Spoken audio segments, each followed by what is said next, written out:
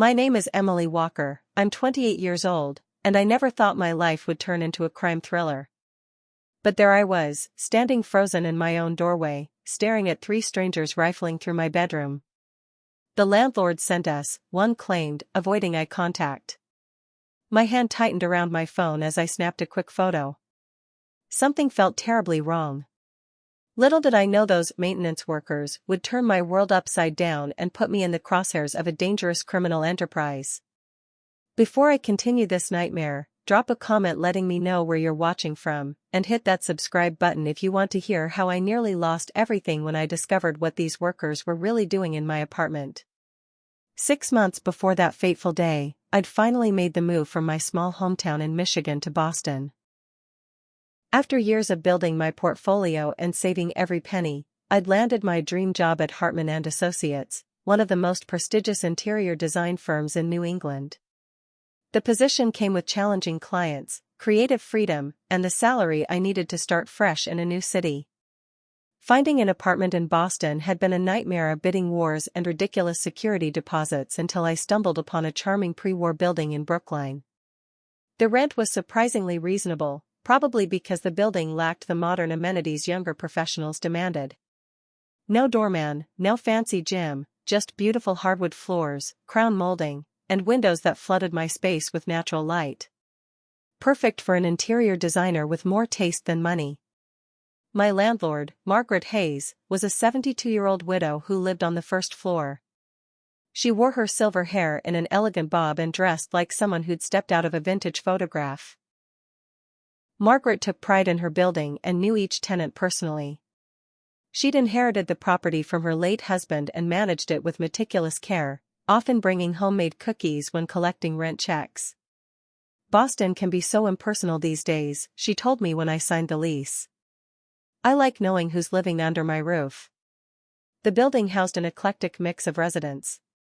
My favorite neighbor was Jessica Chen, a 32-year-old emergency room nurse who worked night shifts at Massachusetts General Hospital. We became fast friends after she helped me carry a vintage dresser I'd found at a flea market up 3 flights of stairs. Jessica lived across the hall and had an uncanny knack for knowing everything that happened in the building. Between her odd hours and insomnia, she noticed details others missed. "Mrs. Abernathy in 2B orders the same Thai food every Wednesday," she'd tell me over coffee on her days off. "And the guy in the garden apartment gets mysterious packages at exactly 3 a.m. once a month." I'd spent weeks transforming my rental into a space that reflected my aesthetic, mid-century modern pieces mixed with carefully curated vintage finds. My parents had shipped my grandmother's antique secretary desk from Michigan, a piece that had inspired my career choice when I was just a child. I displayed my collection of first-edition design books, photographs from my travels, and the crystal paperweight my former boss had given me when I left my job in Detroit. The morning everything changed started like any other Tuesday. I woke at 6, went for a quick run along the Charles River, and returned to prepare for an important client meeting. Hartman & Associates had recently landed the contract to redesign the executive floor of Beacon Financial, one of Boston's oldest investment firms. I'd been assigned to lead the project, a major vote of confidence from my boss, Nathaniel Hartman. I spent 2 hours meticulously preparing my presentation boards, reviewing fabric swatches, and practicing my pitch. At 9:30, just as I was about to leave for the office, my cell phone rang. "Emily? Nate here. The Beacon meeting's been pushed. Their CEO had some emergency in New York." My boss's voice carried that particular tone of exasperated acceptance unique to people who deal with high-profile clients. "They're rescheduling for next week. Might as well work from home today, the office is chaos with the plumbing issue." I hung up, both disappointed and relieved. I'd been nervous about the presentation, and now I had extra time to refine it. I decided to head home and work on some other projects that had been sitting on my back burner.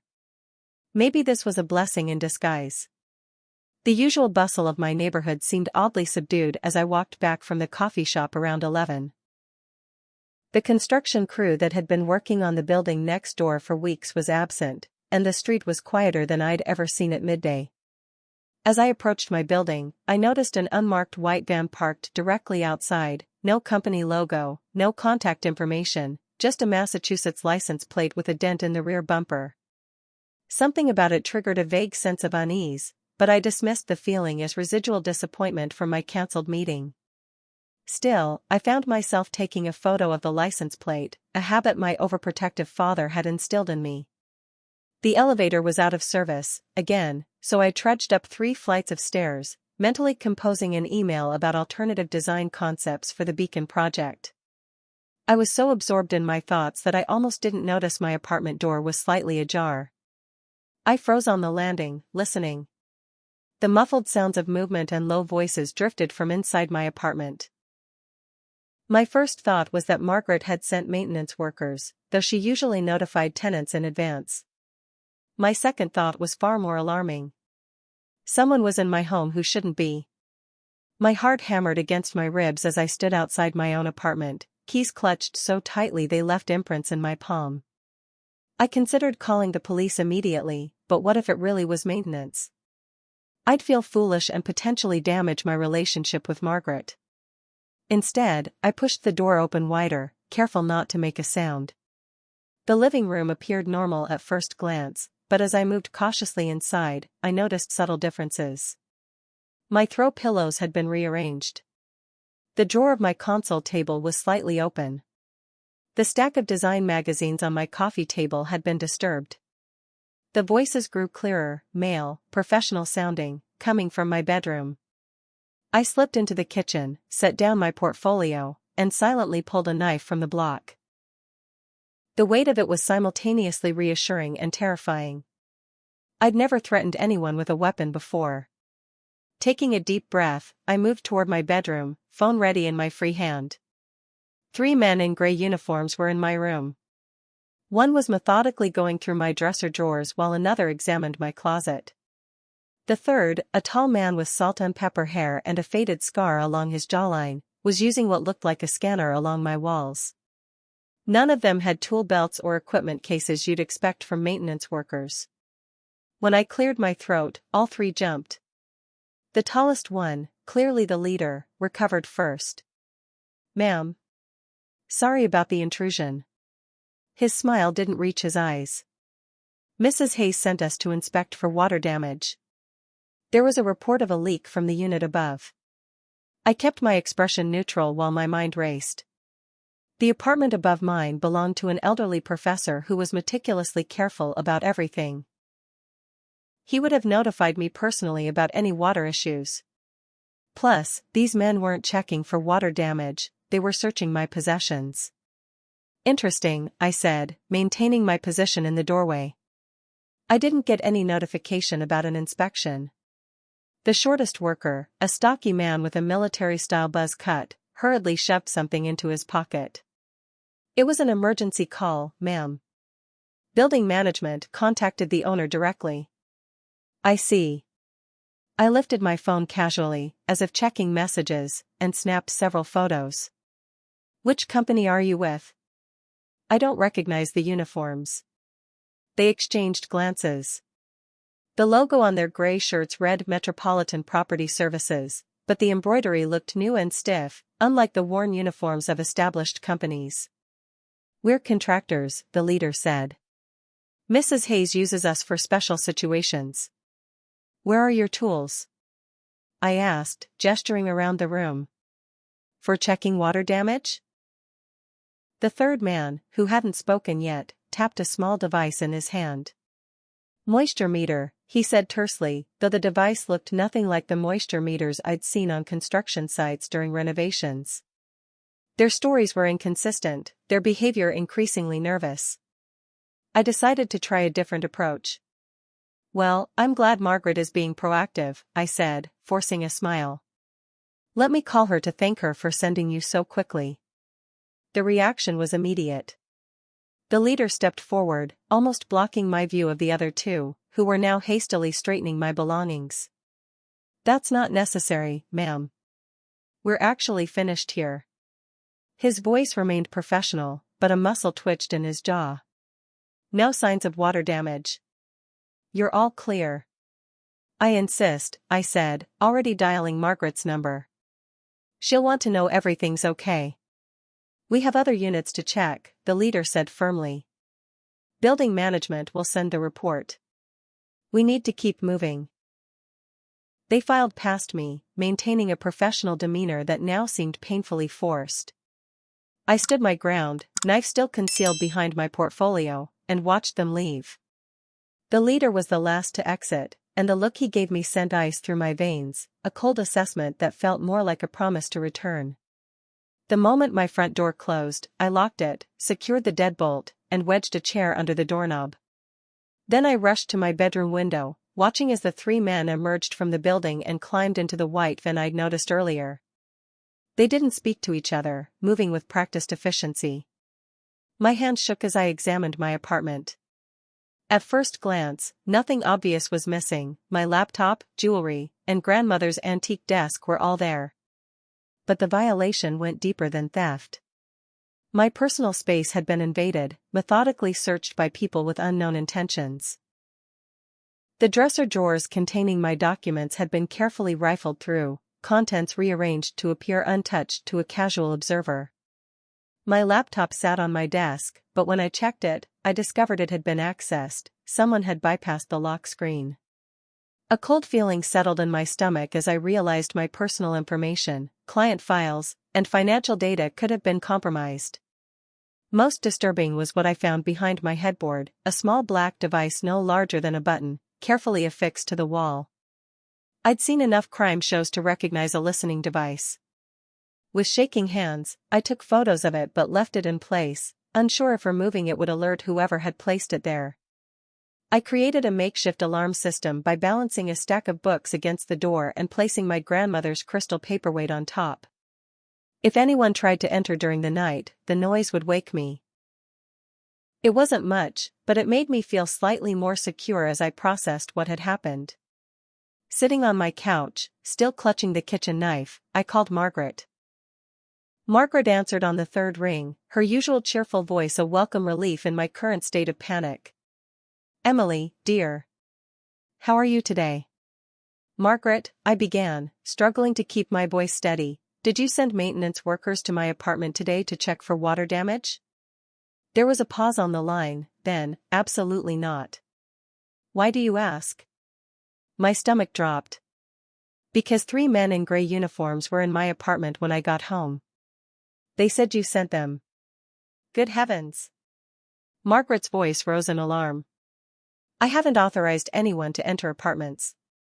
"Are you all right? Is anything missing?" "I'm fine, and nothing obvious is gone, but they went through my things."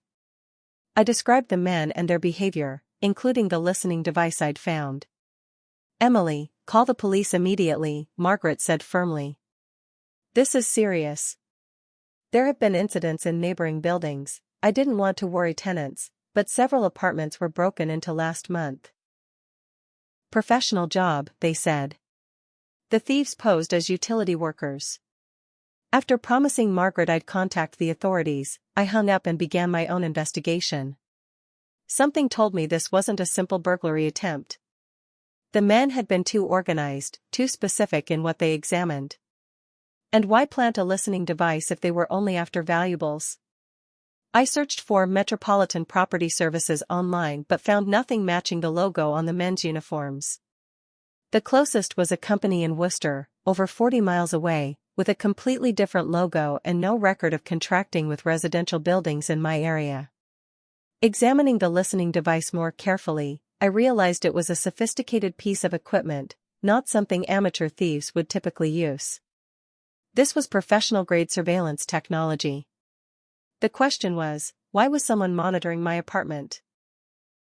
The building had security cameras in the hallways, installed after a string of bicycle thefts from the storage area last winter. I texted Jessica, knowing her odd hours meant she might be awake despite having worked the night shift. "You up? Need to talk. Emergency." Her response came seconds later, "Doors open." Jessica's apartment mirrored mine in layout but felt completely different. Where my space was carefully curated, hers was comfortably cluttered, medical journals stacked beside fantasy novels, scrubs hanging on a clothes rack, and an impressive collection of international snacks filling her kitchen shelves. The walls displayed her photography hobby, mostly black and white urban landscapes that captured Boston's contradictions. "You look like you've seen a ghost," she said, ushering me inside. Her dark hair was piled in a messy bun, and she wore oversized sweatpants and a Mass General Hospital t-shirt. I showed her the photos I'd taken of the men and explained what had happened. Her expression grew increasingly concerned. "I've seen the short one before," she said, zooming in on one image. "He was in the lobby last week, asking Mrs. Abernathy about the building's residents. She thought he was a prospective tenant." Jessica grabbed her laptop and pulled up a file containing video clips, footage from the hallway cameras that she had access to as the building's unofficial security consultant. After scrolling through several days, she found what she was looking for. There, she pointed at the screen. 2 days ago. The same van was parked outside, and look who entered the building. The grainy footage showed the tall man with the scar entering through the front door using what appeared to be a key card. He moved with confidence, not like someone breaking in. "How did he get access?" I asked. Jessica's expression darkened. "That's the concerning part. Only residents and management have key cards. And see how he's avoiding looking directly at the camera? He knows where they are." "The police won't take this seriously," Jessica warned, running a hand through her hair. "Trust me. When Mr. Feldman and 5A reported suspicious maintenance workers last month, they dismissed it as a misunderstanding. No forced entry, nothing obviously stolen. But the listening device. Without concrete evidence connecting it to these men, they'll say it could have been placed by anyone, anytime." She leaned forward, lowering her voice. "There's more going on here than random break-ins. This building has been targeted specifically, and multiple times." Jessica revealed that she'd been keeping notes on suspicious activities in the building for months: unknown vehicles parked outside, maintenance calls no one had requested, residents reporting missing mail or items moved in their apartments. Small things easily attributed to forgetfulness or miscommunication, but alarming when viewed collectively. "The police don't see the pattern because the incidents are reported separately," she explained. "And without anything valuable being stolen, they classify them as low priority." When I returned to my apartment that evening, the sense of security I'd always felt there was gone. Every shadow seemed threatening, every creak of the old building ominous. I searched for additional listening devices but found nothing.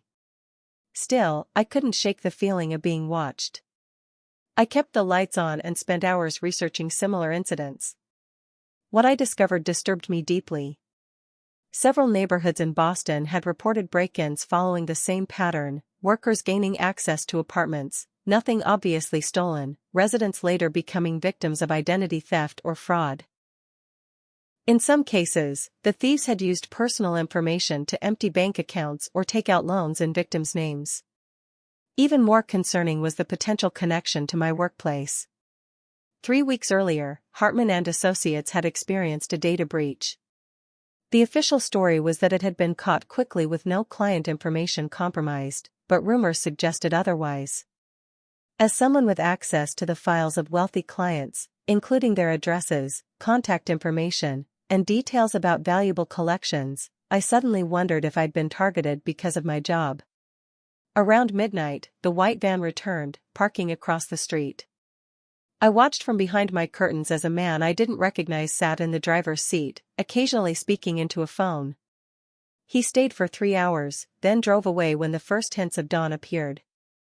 That night, I received 4 calls from an unknown number. Each time I answered, there was silence, then a click as the caller hung up. After the 4th call, I turned off my phone completely, wrapping it in a towel and placing it in my refrigerator, a trick I'd read about for blocking potential remote activation of microphones. Sleep was impossible. I sat in my living room, lights off, watching the street below and jumping at every sound. By morning, exhaustion and fear had crystallized into something else: determination to uncover what was happening before I became another victim of whatever scheme was unfolding. The next day brought a new development. I was working from home, unable to concentrate on the beacon financial designs spread across my dining table, when a sharp knock at my door sent my heart racing. Through the peephole, I saw a middle-aged man in a blue uniform with an official-looking clipboard. The patch on his shirt read Boston Building Inspection Department, but something about him seemed familiar. "Ms. Walker," he called through the door. "Need to follow up on yesterday's water damage inspection." Building management reported some concerns. I took a photo through the peephole and texted it to Jessica, who responded immediately, "Don't open the door. It's the same guy from the hallway footage, different uniform." My phone buzzed with another message, "I'm calling in sick. Be there in 5. I raised my voice to be heard through the door. "Can I see some identification, please?" The man held up an ID badge, but kept it far enough from the peephole that I couldn't make out the details. "Ma'am, we've had reports of serious water damage that could affect structural integrity. I need to inspect your unit immediately." "Slide your ID under the door, please," I insisted, my phone recording our conversation. His demeanor shifted slightly, a flash of annoyance crossing his features. "That's not standard procedure, ma'am. If you're refusing inspection, I'll have to note that in my report. Could affect your liability if damage spreads." I remained silent, watching as he became increasingly agitated. "Ms. Walker, is everything all right?" Jessica's voice came from behind him, startling both of us. She stood in the hallway in her scrubs, looking like she'd just come from work, though I knew she'd thrown them on for effect. "This gentleman claims he needs to inspect my apartment for water damage," I called out. Jessica approached, professional and calm. "Interesting. I'm on the building committee, and we haven't been notified of any inspections today. May I see your work order?" The man's expression hardened. "This is between building management and the tenant." "Actually," Jessica countered, pulling out her phone, "I just texted Mrs. Hayes, and she confirms no inspections were scheduled. Should I call the actual building inspection department to verify your visit?" Without another word, the man turned and walked briskly toward the stairs, ignoring Jessica's demands that he identify himself. "That was definitely one of them," Jessica said once he'd gone. "Different hair and uniform, but same scar on his jaw. He wasn't expecting anyone to challenge him." The incident left me shaken. These people, whoever they were, weren't giving up. And now they knew I was suspicious. Jessica insisted I stay at her place while we contacted the police. This time, we were determined to make them listen. Officer Daniels was young and clearly skeptical as he took down my statement in Jessica's living room. His partner, Officer Wilson, examined the photos I'd taken with professional detachment. "So you're saying men claiming to be maintenance workers entered your apartment, touched your things, but stole nothing," Daniels summarized, making it sound trivial. "They planted a listening device," I insisted. "And they've returned twice, using different pretenses to try to get inside. Do you have the device?" I admitted I'd left it in place, afraid removing it would alert whoever was monitoring it. Daniels sighed. "Ms. Walker, without clear evidence of forced entry or theft, this is difficult to pursue. These could legitimately be maintenance workers who failed to properly identify themselves." "What about the fact that my landlord confirmed she didn't send them?" I countered. "Miscommunication happens in building management all the time," he replied. "One department doesn't know what another is doing." Jessica intervened. "Officer, this isn't an isolated incident. There's been a pattern of suspicious activities in this building and others nearby." Wilson, who had been quietly examining my photos, finally spoke. "You said one of the men used a scanner on your walls?" His tone had shifted from disinterest to focused attention. "Yes, about this big," I indicated with my hands. "It wasn't like any moisture meter I've seen." Wilson showed the photo to his partner. "This looks like an RFID scanner. Professional grade. Why would maintenance workers need that?" Jessica pressed. "They wouldn't," Wilson admitted. Unless they were looking for something specific. The officer's demeanor changed. What had begun as a routine complaint was evolving into something they couldn't easily dismiss. Wilson took detailed notes of the van's license plate and the company name on the uniforms. He promised to run them through their database. In the meantime, stay with your friend, Wilson advised. Don't return to your apartment alone. That night, my fears were validated in the most terrifying way possible. Jessica had gone to work her actual night shift, leaving me alone in her apartment with strict instructions to keep the doors locked and call 911 at the slightest provocation. Around 2 a.m., I was jolted awake by a crash from across the hall, my apartment. Through Jessica's peephole, I saw my door ajar, splintered around the lock. Without thinking, I dialed 911, whispering my location and the situation. The dispatcher instructed me to barricade myself in the bathroom until officers arrived. Heart pounding, I followed her instructions, listening to the muffled sounds of movement through the walls. Someone was systematically searching my apartment, drawers opening and closing, furniture being moved. The 5 minutes it took for police to arrive felt like hours. The sudden wail of sirens sent my intruders fleeing. I heard rapid footsteps in the hallway, then the stairwell door slamming. When I finally emerged from Jessica's bathroom, 3 police officers were examining my ruined door, with more officers securing the building entrances. This time, there was no denying the seriousness of the situation. Forced entry changed everything. Officer Wilson took photographs of my apartment, now in disarray. The intruders had torn apart my bedroom, focusing particularly on my desk and filing cabinet. They were looking for something specific, Wilson observed. This isn't random vandalism. As the officers processed the scene, Detective Samantha Roberts arrived. In her mid-40s with short auburn hair and penetrating green eyes, she carried herself with quiet authority.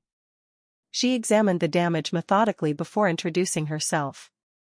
Ms. Walker, I need to ask you some direct questions, she began. Have you recently come into possession of sensitive information? Something valuable that others might want? No, I said, bewildered. I'm just an interior designer. Who works with high-net-worth clients, Roberts pointed out. With access to their homes, their security systems, their schedules. The realization hit me like a physical blow. You think this is about my clients? I think it's about information, Roberts replied. The most valuable commodity there is. And based on the equipment these men were using, they're part of a sophisticated operation.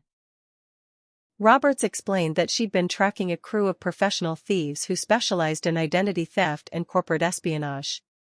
They typically targeted professionals with access to wealthy clients, real estate agents, financial advisors, personal assistants, and apparently, interior designers. They place listening devices, monitor communications, gather personal information, then use it to access accounts or break into homes when owners are away, she explained. Your firm's recent data breach wasn't random. It was probably the first step in a larger operation.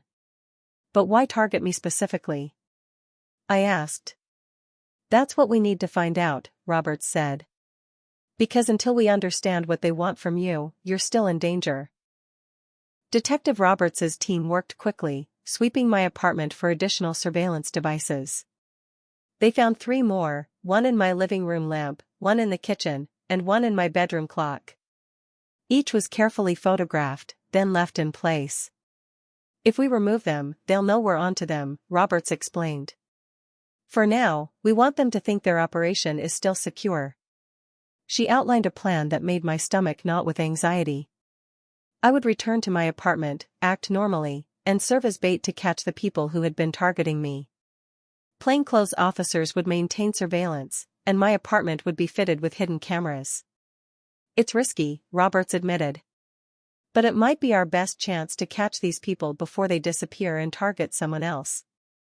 I agreed, though the thought of sleeping in the apartment knowing I was being watched by criminals made me physically ill. Roberts assigned Officer Maria Garcia as my primary contact. A decision that proved fortunate given her background in cybersecurity. The first step is creating the bait, Garcia explained during our initial planning session in a secure room at the police station. Something valuable enough to draw them out, but not so obvious that they get suspicious. Over the next 3 days, with technical help from the department's IT specialists, we crafted a digital trail designed to look like carelessness on my part. I accidentally left open a spreadsheet containing client information while on a video call that would be picked up by the listening devices. I made phone calls discussing a fictional upcoming installation at a wealthy client's vacation home, complete with mentions of the client's travel schedule and valuable art collection. Most significantly, I created and carelessly saved login credentials for a fake cloud storage account containing floor plans, security system details, and contact information for several high-net-worth clients of Hartman and Associates. The account was actually controlled by the police department's cybercrime unit, designed to track anyone who accessed it. Roberts's team gave me a crash course in how to react in various scenarios, what to do if confronted, how to operate the panic button disguised as a fitness tracker on my wrist, which areas of the apartment were covered by police surveillance and which weren't. I practiced until each response became automatic. The most important thing, Garcia emphasized, is maintaining the illusion of normalcy. These people are professionals. They'll detect any change in routine. I returned to my life, going to work each day at Hartman and Associates, attending client meetings, and acting as if nothing had changed. All while knowing my every move was being monitored by both the police and the criminals. Jessica became an unexpected asset to the operation. As a night shift worker with legitimate reasons to be awake at odd hours, she could monitor hallway activity without arousing suspicion. She also discovered something disturbing about our landlord. "I don't think the Margaret we've been dealing with is the real Margaret Hayes," she told Detective Roberts during a secure meeting. Jessica had grown suspicious after noticing discrepancies in Margaret's behavior. The usually meticulous landlord had been making uncharacteristic mistakes in recent communications with tenants. A bit of research revealed that the real Margaret Hayes had been on an extended cruise for the past month, while someone had been collecting rent and managing the building in her absence. They've been using her identity, Roberts realized. It gives them access to every apartment in the building. The impersonator had maintained just enough contact with tenants to avoid suspicion while providing the criminal group with keys, building plans, and resident information. The real Margaret, blissfully unaware on her Mediterranean cruise, was potentially in danger herself. Roberts immediately assigned officers to locate and secure the real Margaret Hayes, while the rest of us prepared for the operation's critical phase. 7 nights after my apartment had been broken into, the trap was set. I'd spent the evening making highly visible searches for information about offshore accounts and tax havens, searches I knew would be captured by the keylogger they'd installed on my laptop. I'd also accidentally saved a document with access credentials to a fictional private server containing client financial information. At midnight, I went through my normal bedtime routine, turned off the lights, and lay in bed, wide awake and terrified despite the knowledge that officers were stationed nearby. At exactly 2:17 a.m., the building's power went out. The sudden darkness was absolute, broken only by the faint emergency lights in the hallway. My heart hammered as I heard the soft click of my front door opening. They had a key, just as Roberts had predicted. According to our plan, I was to remain in bed, pretending to sleep, while the surveillance cameras with battery backups recorded everything. But the plan hadn't accounted for 3 intruders instead of the expected 2, or for their methodical search pattern that would bring them to my bedroom much faster than anticipated. I heard them moving through my living room with practiced efficiency, communicating through hand signals and occasional whispers. One man went straight to my laptop, connecting a device to download its contents. Another began methodically checking the spots where one might hide valuables or documents. The third intruder, whose heavy footsteps I recognized as belonging to the scarred man, moved directly toward my bedroom. I closed my eyes, forcing my breathing to remain deep and regular as my door eased open. Through barely parted eyelids, I saw his silhouette pause in my doorway, then move toward my closet. He was searching for something specific. "Nothing on the laptop but what we already have," came a whispered voice from the living room. "Checking her cloud accounts now." The old woman's credentials aren't working anymore, another voice hissed. Someone's changed the building's security protocols. The scarred man paused his search. Check her phone. She must have the new access codes. I felt panic rising as the man approached my bed, reaching for the phone on my nightstand. This deviation from the expected script could derail the entire operation. The police were waiting for them to access the fake server before moving in. They weren't prepared for a direct confrontation in my bedroom. In a split-second decision, I knocked my water glass off the nightstand, creating a distraction that sent the man stepping back in surprise. I sat up with a convincing gasp of shock. "Who's there?" I called out, acting the part of someone awakened by an accident rather than an intruder. The scarred man froze, clearly recalculating. I used those precious seconds to press the panic button on my wrist tracker, the signal for immediate police intervention. "Power outage, ma'am," he said smoothly, adopting a building maintenance persona. "Checking on residents. Go back to sleep." Before I could respond, shouting erupted from the living room. "We're in. Got access to the—" "Wait, this isn't right. It's—" The sentence was cut short by the unmistakable sound of my front door being broken down, followed by officers identifying themselves. Chaos erupted as the scarred man lunged toward my bedroom window, clearly intending to escape via the fire escape. In the confusion and darkness, he knocked over my bedside lamp, sending it crashing into my head. Pain exploded behind my eyes as I fell back against the pillows. Through wavering consciousness, I was aware of officers storming into my bedroom, of the scarred man disappearing through my window, of shouting and radio chatter. Then darkness overtook me completely. I awakened to the steady beep of hospital monitors and the concerned face of Jessica hovering over me. "She's awake," she called to someone outside my field of vision. "Emily? Can you hear me?" My head throbbed with each heartbeat, and forming words required more effort than it should have. "What happened?" Detective Roberts moved into view, her expression a mixture of relief and frustration.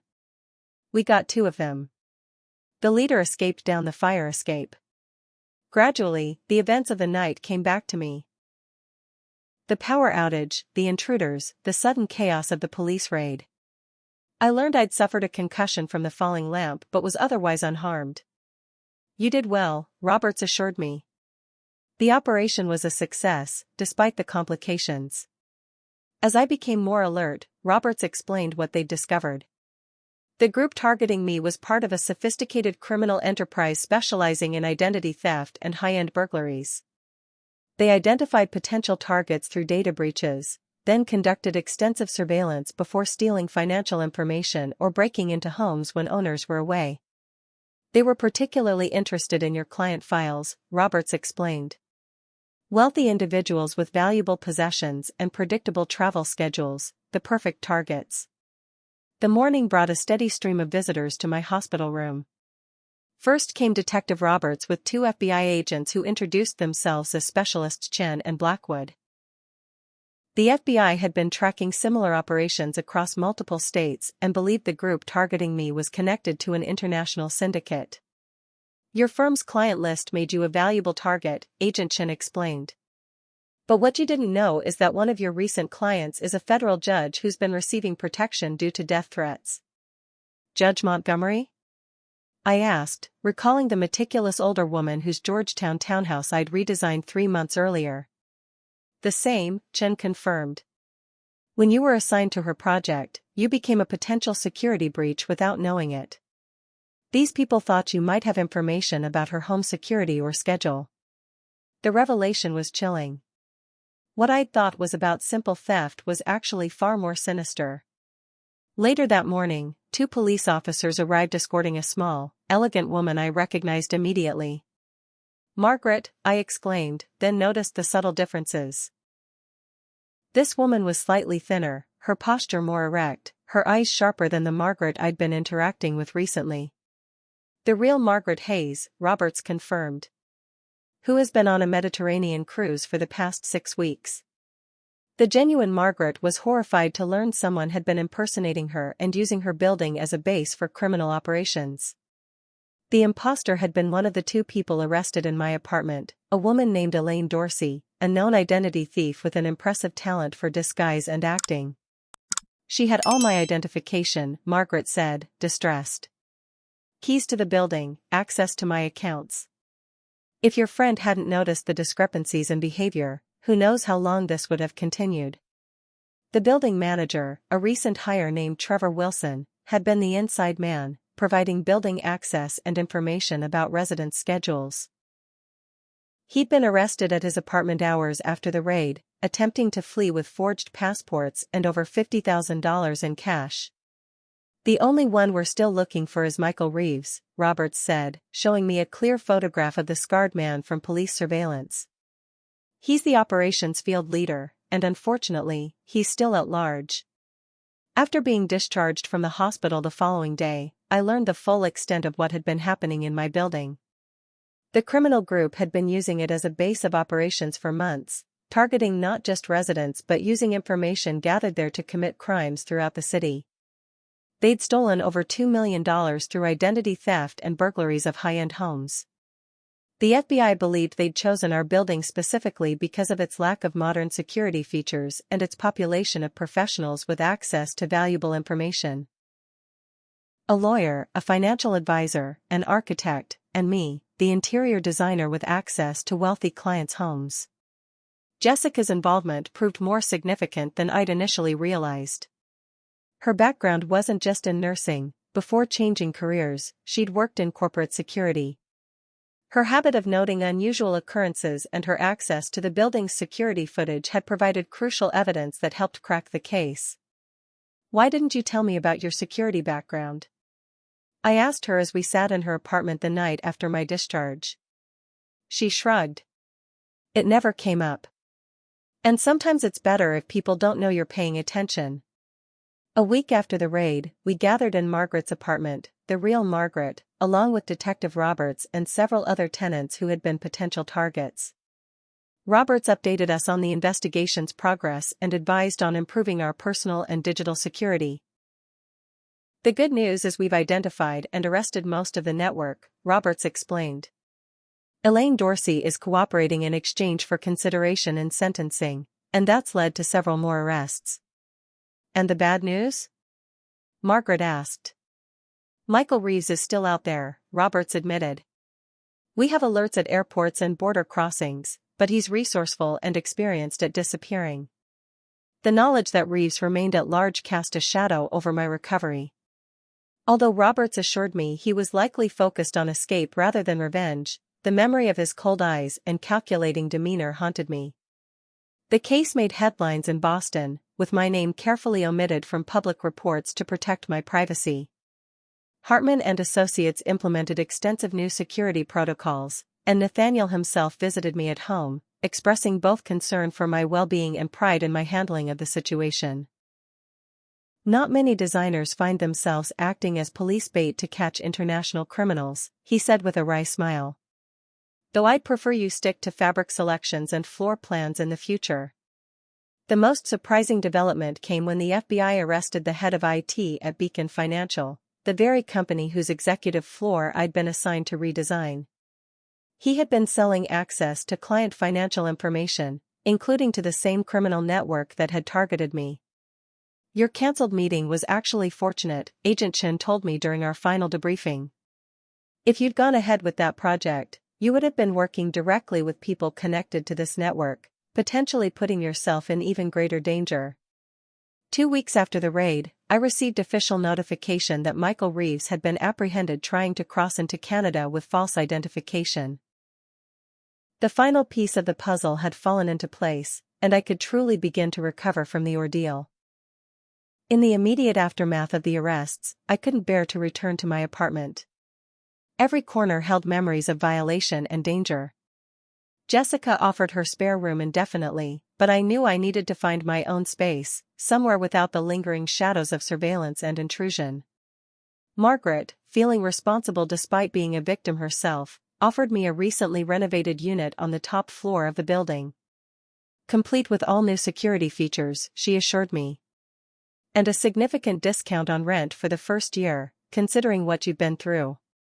I was touched by her generosity but uncertain about remaining in the building. The decision was made easier when Jessica revealed she would be taking a position as the building's official security consultant, working with Margaret to completely overhaul their systems and protocols. No more paper records, no more single-point access keys, and definitely no more hiring managers without thorough background checks, Jessica explained, her eyes lighting up with professional enthusiasm.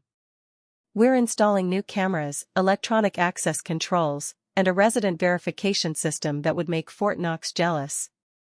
Watching her excitement, I realized that sometimes trauma can lead to unexpected opportunities. Jessica had found a way to combine her security background with her commitment to our small community.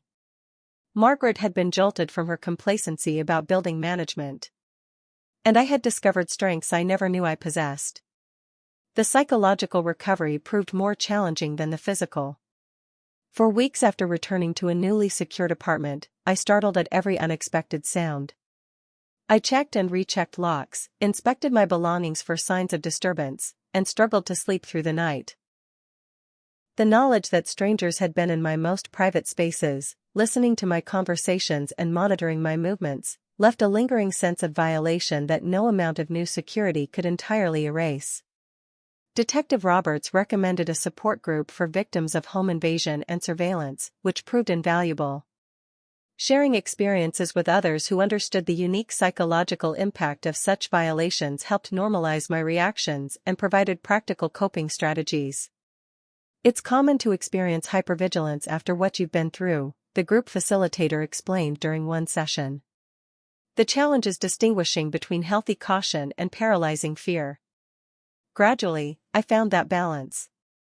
I became more security conscious without becoming paranoid. I implemented strong digital protection measures without abandoning technology altogether. I remained aware of my surroundings without constantly expecting danger.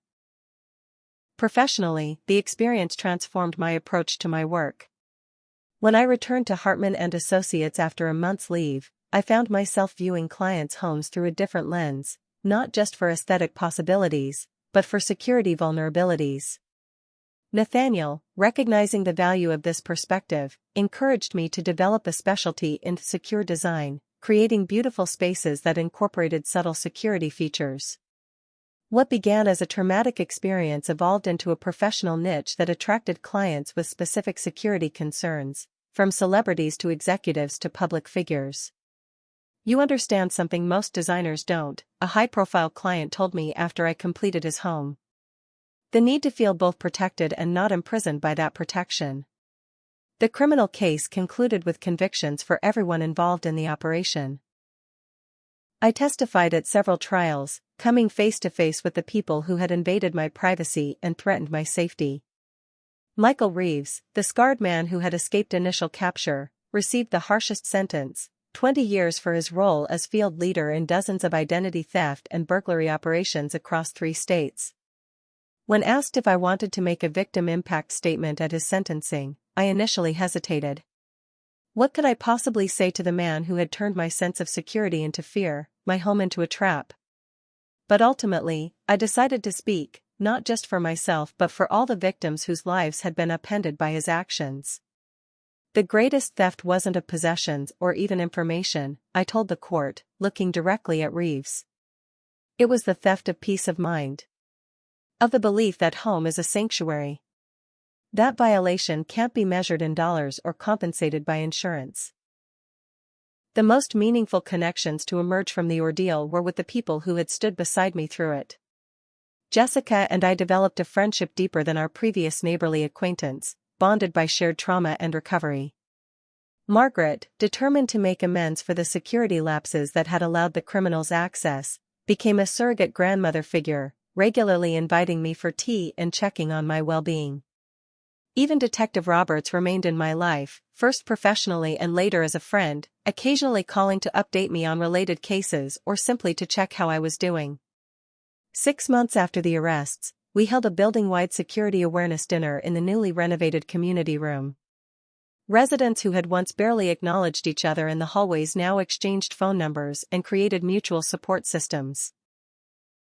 What had been merely a collection of apartments had transformed into a genuine community, alert to each other's well-being and invested in collective security. As I looked around at the faces of my neighbors, I realized that the criminals had inadvertently created something they never intended: connection where isolation had existed before, strength where vulnerability had been exploited. The most profound lesson I learned was about the dual nature of awareness. Hypervigilance born of fear is paralyzing, but consciousness rooted in knowledge is empowering. I became neither reckless nor paranoid, but realistically cautious, a balance that extended beyond physical security to all aspects of my life. What I thought was just a random break-in turned out to be my unwitting step into a criminal world I never knew existed. I learned that safety isn't just about locks and alarms, it's about awareness, community, and trusting your instincts when something feels wrong. Sometimes the most dangerous threats aren't strangers in dark alleys, but the workers who smile while walking right through your front door. I no longer take my security or privacy for granted, but I refuse to let fear control my life. That would mean they've won after all. Have you ever had that gut feeling that something wasn't right, even when everything looked normal on the surface? I'd love to hear your stories in the comments below about times your instincts protected you from potential danger. Don't forget to like this video if it reminded you to trust those instincts, subscribe for more real-life experiences, and share with someone who might need this reminder. Remember, sometimes the most important security system we have is the one between our ears. Stay safe out there, and I'll see you in the next video.